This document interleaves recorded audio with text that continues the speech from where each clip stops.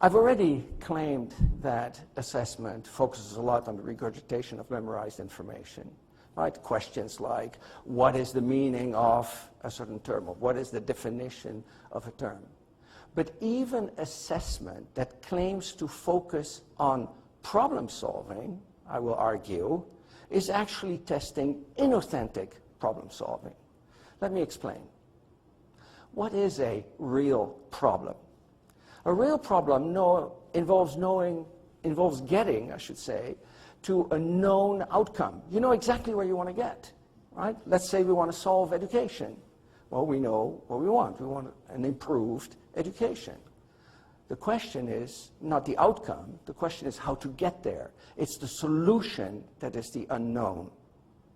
However, most exams, most textbook problems don't involve an authentic problem like that one, the type of problems that we face in real life. They're the opposite.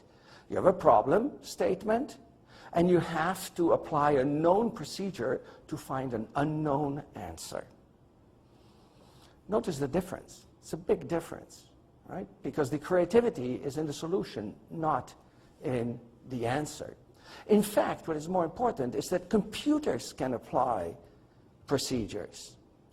So just as assembly line jobs have gone away because they've been replaced by robots, so will any job involving the retrieval of information or the application of cookbook procedures be replaced by computers. So we really need to focus on real problem solving. Now, real problem solving is by nature erratic. You try one approach, doesn't work, you backtrack, you try another approach, it doesn't work, right? Any innovation, any real problem solving involves many dead ends. And unfortunately, our grading system does not reward mistakes. It only rewards perfection. Whenever you make a mistake, you get points taken off. So our grading system actually discourages the type of creativity and innovation you need to develop to be a real problem solver. Let's now turn to the how of assessment. We all know what this picture represents. It doesn't need any description. And it's rather unlikely that this picture will evoke pleasant memories. Instead, I think it conveys a sense of isolation, cut off from other human beings, cut off from any source of information.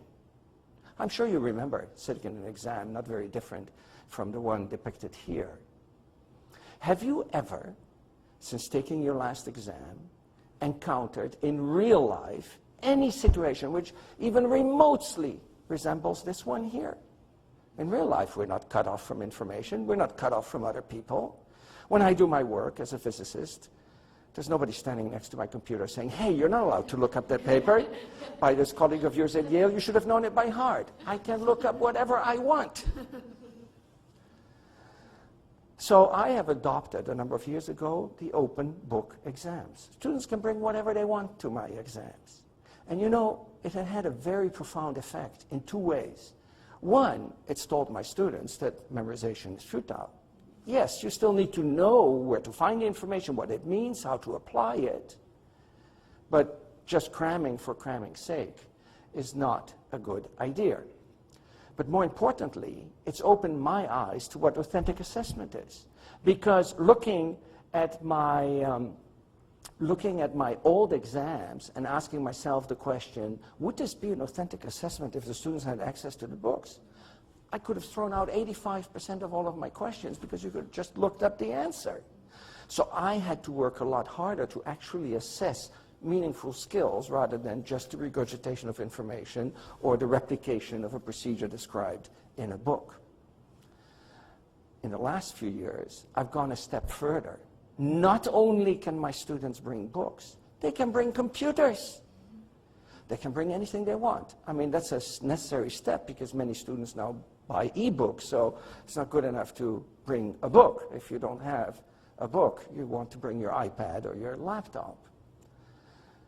And that means that any question to which the answer can be Googled is no longer a good assessment. And I think in the world in which we live, that's a true statement. What about other people? Well, this picture that I'm showing you here shows a collaborative exam at the University of Texas in Austin in an environment called team-based learning, where students work together to solve an exam. There's both an individual and a team component, both of them contributing to the student's final grade.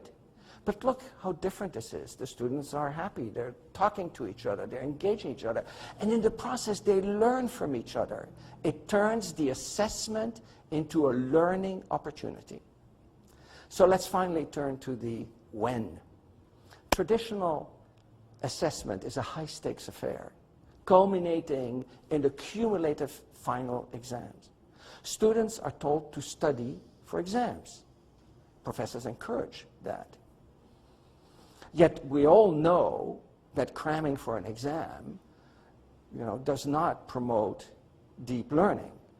Basically, it stores things only into short-term memory, not resulting in any retention or any transfer. And there are plenty of studies, in addition to the study by Reddy Rödiger, that showed that a few months after the final exam, students have essentially forgotten just about anything they have learned. Or maybe it would be better to say they haven't learned it in the first place.